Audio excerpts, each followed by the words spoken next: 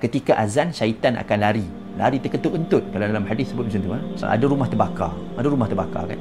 Tiba-tiba ada orang kata, kita kena azan untuk memadamkan kebakaran. Sementara nak tunggu bomba datang, kita dah panggil bomba.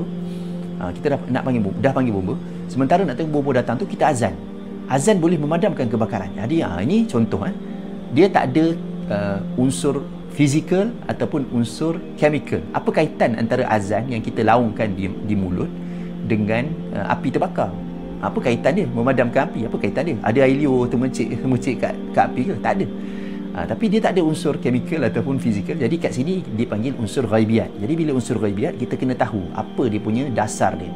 Jadi memang ada dasar dia. Apa dasar dia? Dasar dia datang daripada hadis Nabi SAW. Nabi kata, ketika azan, syaitan akan lari terketut-kentut. Kalau dalam hadis sebut macam tu, syaitan akan lari terketut-kentut. Sebab apa? Sebab dia tak suka dengan lafaz-lafaz yang ada terkandung dalam azan tu. Jadi dalam dalil ataupun dalam Al-Quran dan juga hadis yang lain menceritakan bahawa syaitan ni diciptakan daripada api. Jadi bila diciptakan daripada api, kalau kita azan, apilah yang akan lari. Sebab itulah ada riwayat daripada sahabat Nabi ataupun daripada tabi'in, generasi awal ni, mereka azan bila berlaku kebakaran.